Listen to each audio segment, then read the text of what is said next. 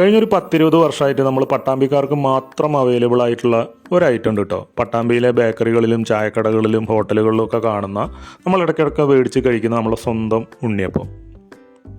ഈ ഉണ്ണിയപ്പം പട്ടാമ്പിയിലും ദൂരത്തുള്ള പല അമ്പലങ്ങളിലേക്കൊക്കെ ഇവിടുന്ന് ഇഷ്ടം പോലെ കയറ്റി പോകുന്നുണ്ട് കേട്ടോ. നേരെ ഇങ്ങനെ പരപരാ വെളുത്ത് തുടങ്ങുന്ന സമയത്ത് മഞ്ഞളിങ്ങനെ വാസുവിൻ്റെ വീട്ടിൽ ഈ ഉണ്ണിയപ്പം ഇങ്ങനെ പിറവി കൊള്ളാൻ തുടങ്ങും. ഇദ്ദേഹം ഇത് കസ്റ്റമൈസ് ചെയ്തിട്ടും നമുക്ക് ഓർഡർ അനുസരിച്ച് ചെയ്തു തരുന്നുണ്ട് കേട്ടോ. ഇപ്പം നെയ്യിൽ വേണമെങ്കിൽ അങ്ങനെ, കുറച്ച് എക്സ്ട്രാ ഐറ്റംസ് ആഡ് ചെയ്തിട്ട് സ്പെഷ്യലാക്കിയിട്ട് ചെയ്യണമെങ്കിൽ അങ്ങനെയൊക്കെ അവൈലബിൾ ആണ്.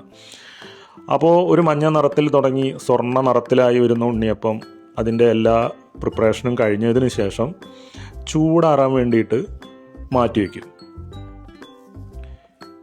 ഈ ഉണ്ണിയപ്പം ഉണ്ടാക്കുന്ന അരി പൊടിപ്പിക്കുന്നതും ബാക്കിയുള്ള എല്ലാ കാര്യങ്ങളും ചെയ്യുന്നത് അവരുടെ വീട്ടിൽ നിന്ന് തന്നെയാണ് കേട്ടോ.